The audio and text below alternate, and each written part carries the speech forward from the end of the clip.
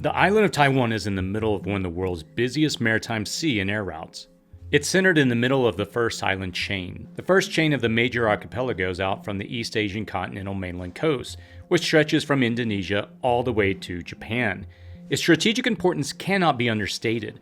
There's always a lot of heated debate about whether China will or will not invade Taiwan or try to take it over and assume control. These debates have picked up even greater fervor as world powers make substantial moves to maintain their superpowers. Russia trying to regain the former Soviet state that is now Ukraine is one example.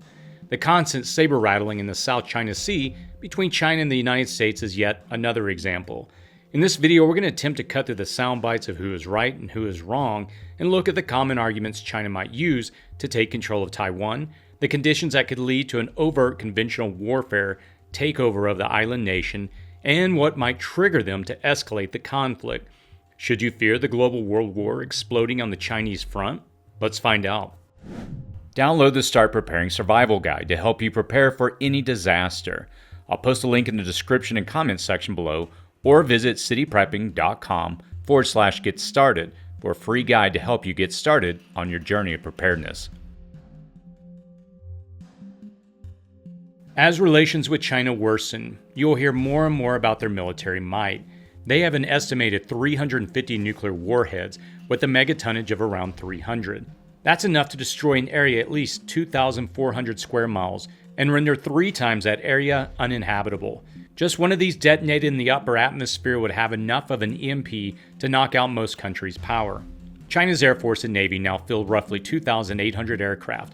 About 2,250 of them are combat aircraft. This gives China the most significant aviation force in the region and the third largest in the world. China has 2 aircraft carriers, an ex-Soviet carrier, and a second unnamed ship currently undergoing sea trials. China wields the world's largest military, with 2.8 million soldiers, sailors, and airmen, twice the American number. That's a daunting and overwhelming number, but we also have to consider their willingness to fight, training, and combat readiness, as we are witnessing Russia's stalled war in Ukraine. The fact is that these are all daunting numbers, but they are also extreme hypotheticals. Over the next year or two, you will hear these numbers thrown about, boasted about, and the rattling of sabers. Still, war has a different face in a world of interconnected economies in these conventional fighting forces. Mutual assured destruction is less of a factor today than the implosion of your home country's economy, and the world leaders like Xi Jinping knows 2 things. First, his countries are engaged in and winning a global war of economies. Natural resources flow into China, and product leaves China for all ports worldwide. Other countries are dependent on cheap Chinese labor and goods. Second, Xi Jinping understands that conventional war is terrible for business. While China's factories and workforce could easily be retooled and retrained for a war effort, there just isn't much profit in that. You will hear all these numbers bantered about in the mainstream media in comparison to other countries' military might, but these miss the point. So, should we fear China's military might? We should be aware of it, but we probably would be in error to base all our policy decisions on it.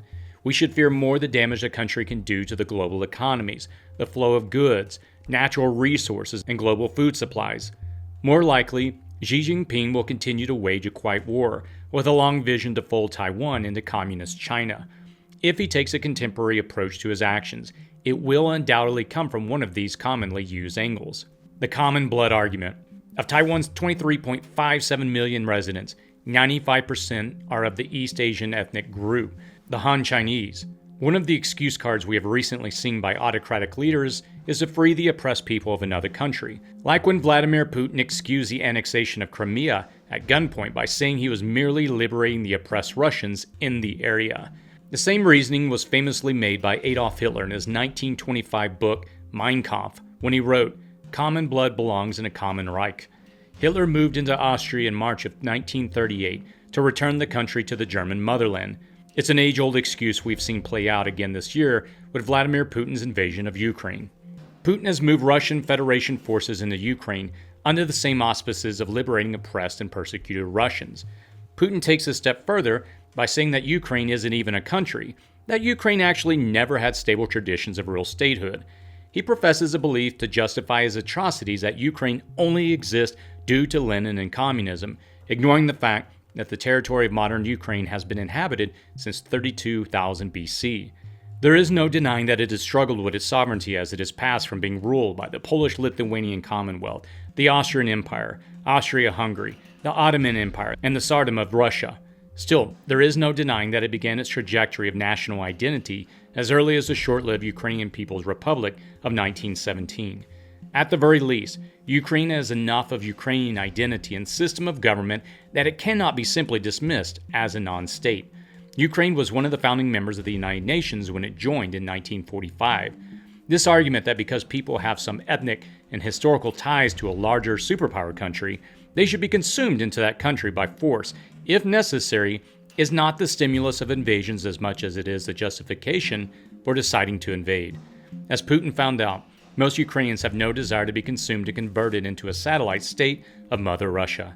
Likewise, the Taiwanese people don't consider themselves mainly Chinese. Still, Xi Jinping has stated that reunification is his goal. However, he isn't likely to do that through military might, the common blood argument, or the cultivation of separatist factions. Let's examine that last one, though.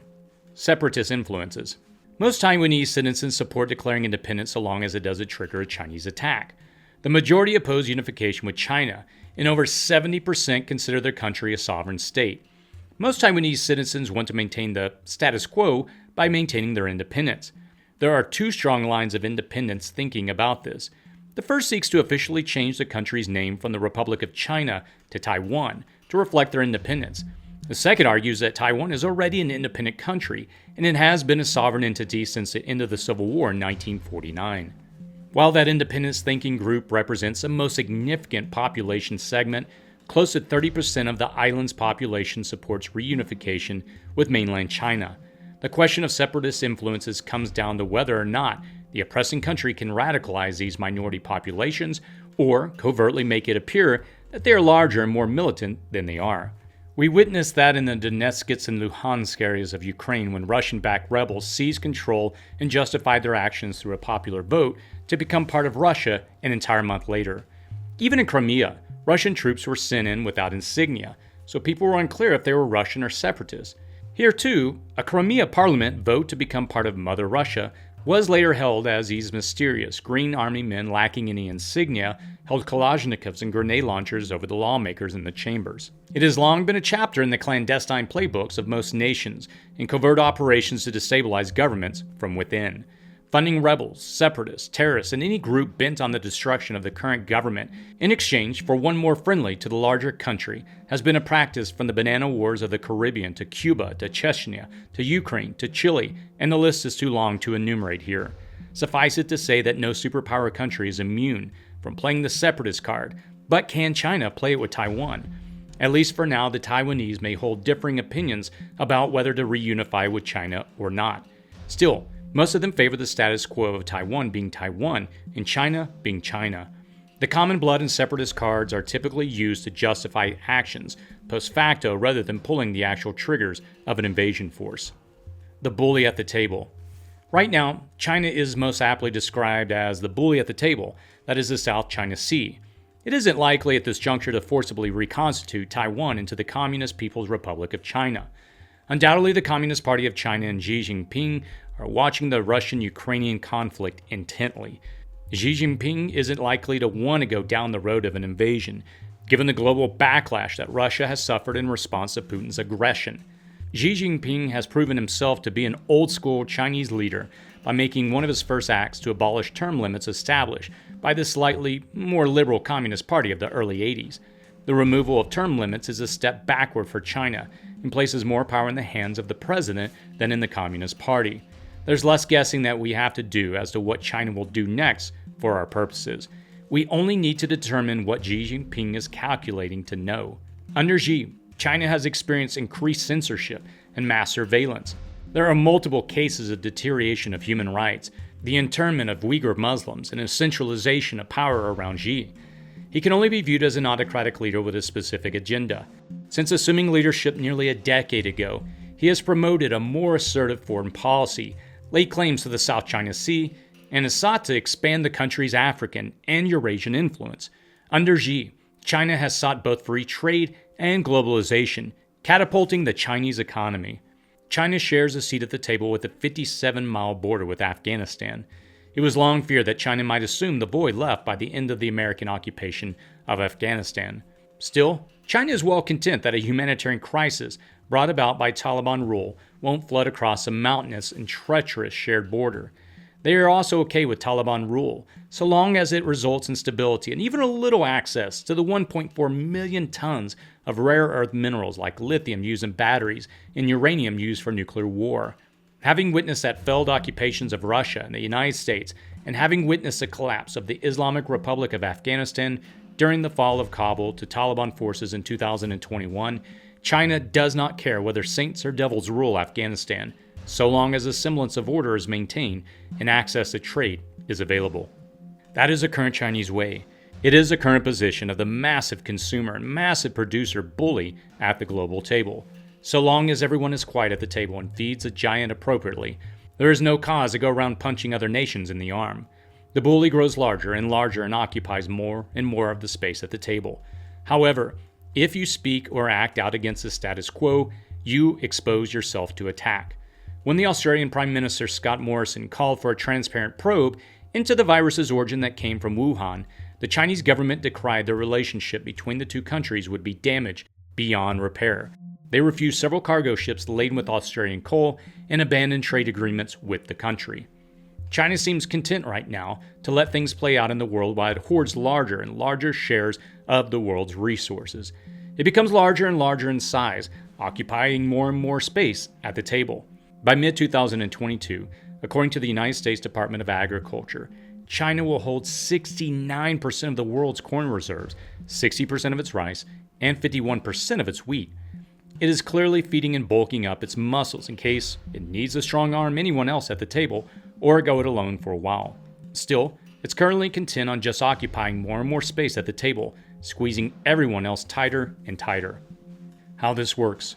For this bully at the table strategy to work, China knows it can only increase its influence so long as economies remain open and have access to the resources they desire and a market for the goods they produce. A global economic backlash, like what Russia is experiencing, runs counter to their expansionist plans. The world's reserve currency of the dollar is viewed as having been weaponized by the will of the United States through heavy financial sanctioning of countries in opposition to Western thought. Because of this, it makes less sense for global reserve managers to hold dollars if there is also the looming possibility that that can be taken away. Given the limited number of countries in support of Russia in the Russian-Ukrainian conflict, it's not likely that other countries will suddenly run to back the free-falling ruble.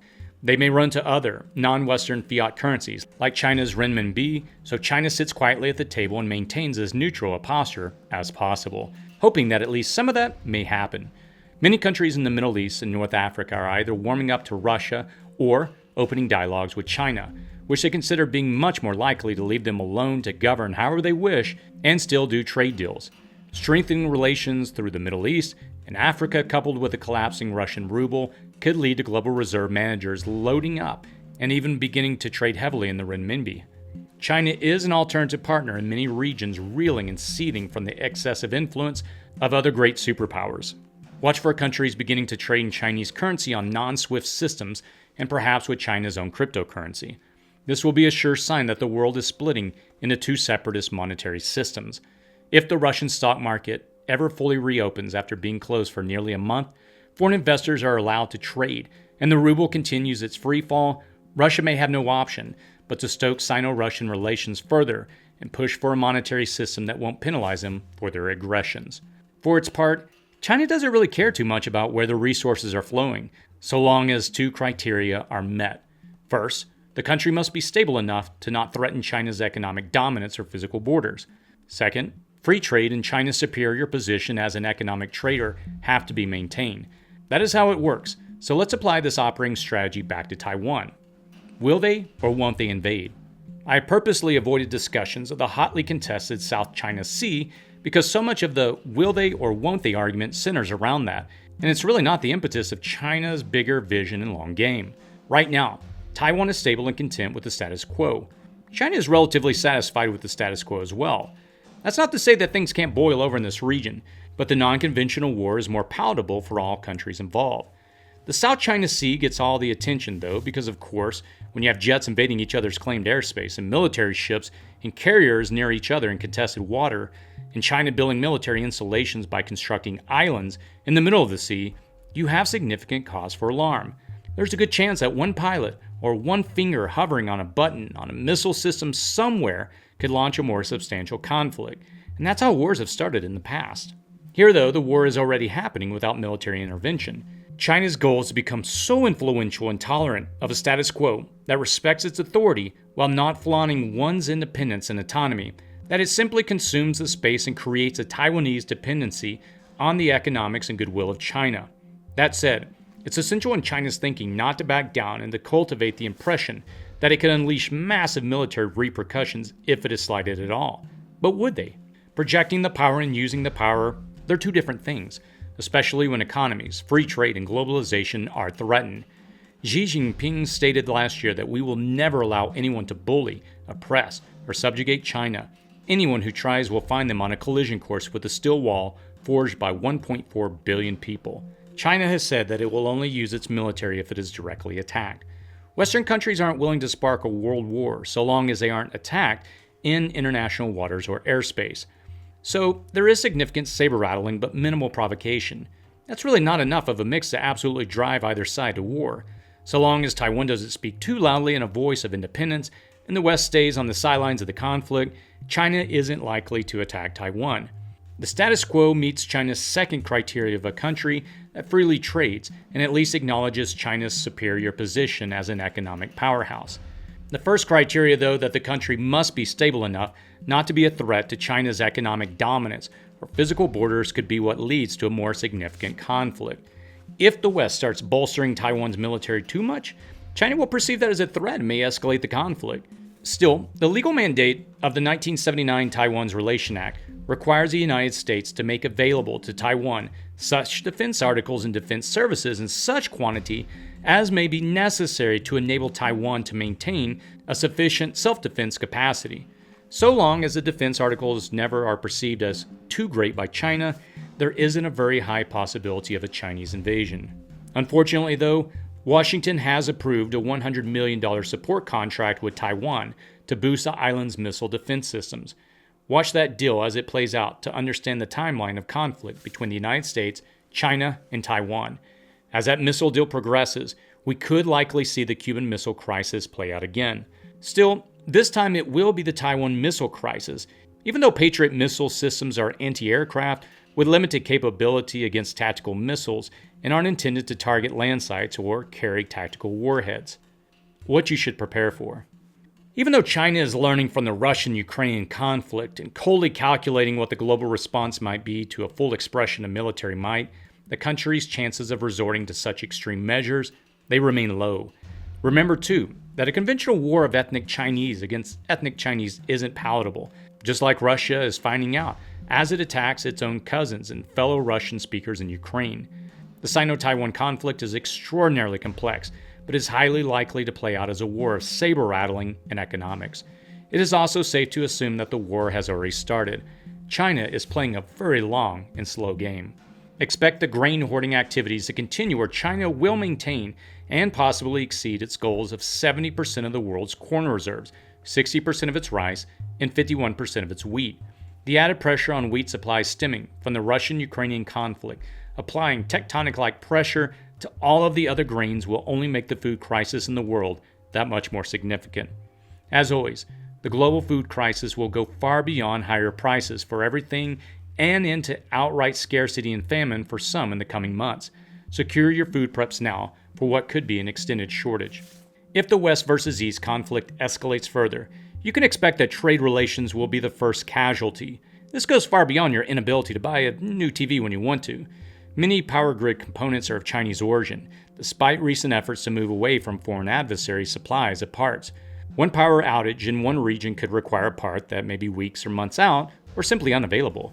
Go to your local hardware store and look at where all those tools and parts are manufactured or sourced from. The truth is, so much manufacturing has been sourced with cheap labor from China that a dependency has sprung up around the world on China. If countries are forced to break that addiction cold turkey because of a war, systems will fail all over the place. Whole economies will spiral overnight into recessions. Some economies will simply collapse. Focus on the pillars of prepping, as I outline in my Prepper's Roadmap course, because the effects will be stunning if this goes south. In the world today, there is a Cold War continuing to rage and a hot war raging that is already shaping up to be a global war. As superpowers struggle to maintain dominance and destabilize their opponents, conflicts are escalating, and new alliances, trade deals, and monetary systems are being forged. Russia, as a superpower, may have overplayed its hand in Ukraine. The United States continues to play its cards the only way it knows how, which is the same it has done since 1947. China is keeping all of its cards close to its vest. Nobody knows the extent of China's hand, how it will play that hand, or how it will partner up with other players on the table to progress its own strategy. All that to say that an all-out invasion by China isn't likely in the immediate future. An all-out war with Taiwan isn't expected, so long as a detente can be maintained. If the long game of world reserve currency based around China's renminbi and the forging of extensive trade deals away from the West occurs, China still isn't likely to invade or assert too much dominion over Taiwan. China can be competent to let its immense size and influence be enough to keep Taiwan in its sphere of control. On the other hand, if too great of armaments from the West flow into Taiwan, or there's too much of a buildup of military forces in the South China Sea, a blockade of Taiwan by China is likely. Hotspots and conflicts flaring up between China and other countries are highly probable, and any one of these incidents could lead to a more significant global war. We could make a list right now of countries that would support either side, though they have no vested skin in the game. Assuredly, Russia, for instance, would not support the United States, claims to navigate contested international maritime and air passages freely. What do you think? What are you doing to prepare for a potential conflict over Taiwan? Let us know your thoughts in the comments below. I try to read the comments and respond to them when I can. That's typically within the first hour of releasing a video. Please consider subscribing to the channel and click that bell icon that will appear next to the subscribe button if you'd like to be notified when I release a video. Give this video a thumbs up or leave a comment to help the channel grow. I'll also post a link to another video I recommend after this video to help you understand the growing threats we face from China. As always, stay safe out there.